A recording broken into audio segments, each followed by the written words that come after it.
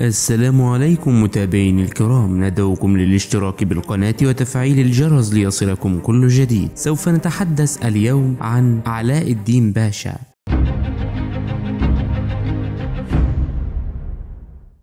علاء الدين بك وكان شقيق أورخان الغازي الذي خلف والده عثمان الأول في قيادة الدولة العثمانية، وليس من المؤكد ما إذا كان علاء الدين أو أورخان الابن الأكبر، وبعض المؤرخين يزعمون أن علاء الدين كان الابن الثاني لعثمان، ولكن يرى آخرون أن هناك فرصة جيدة لأنه كان الأكبر سنا، ومع ذلك حكم أورخان البلاد وأصبح أول حاكم عثماني يحصل على لقب السلطان وفقا للتقاليد والتاريخ العثماني كما قدمها المؤرخ إدريس بيتلسي. وكان علاء الدين أكثر سلبية من حيوية شقيقه المحارب، وبالتالي بقي في المنزل بدلا من القتال لتوسيع الدولة العثمانية، وقال أنه تلقى تدريبا في إدارة شؤون الدولة. وهناك فرصة جيدة أن أورخان اختير لقيادة الإمبراطورية بسبب مهارته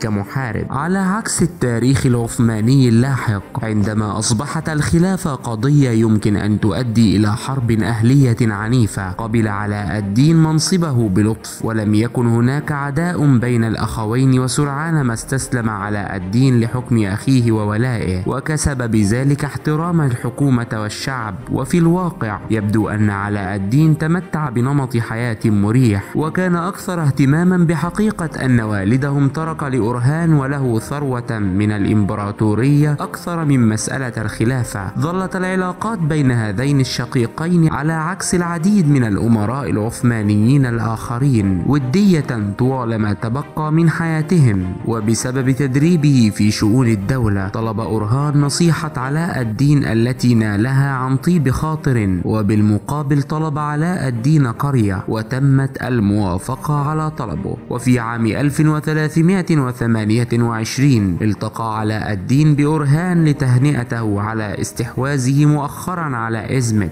وخلال هذه الزيارة قدم علاء الدين أهم مساهماته للإمبراطورية العثمانية، وقدم 3 اقتراحات لأورخان من أجل تحسين كفاءة وشرعية الإمبراطورية العثمانية المبكرة. وتشمل هذه الاقتراحات ال3 إدخال نظام نقدي، واختيار الزي الرسمي العثماني، وإعادة تنظيم الجيش بالكامل. توفي علاء الدين بك عام 1331 ودفن في بورصة. رحم الله علاء الدين بك وأسكنه فسيح جناته. إن أعجبكم الفيديو لا تنسوا الإعجاب والاشتراك بالقناة تشجيعا لنا لنستمر بنشر المزيد إن شاء الله. دمتم في رعاية الله، والسلام عليكم ورحمة الله وبركاته.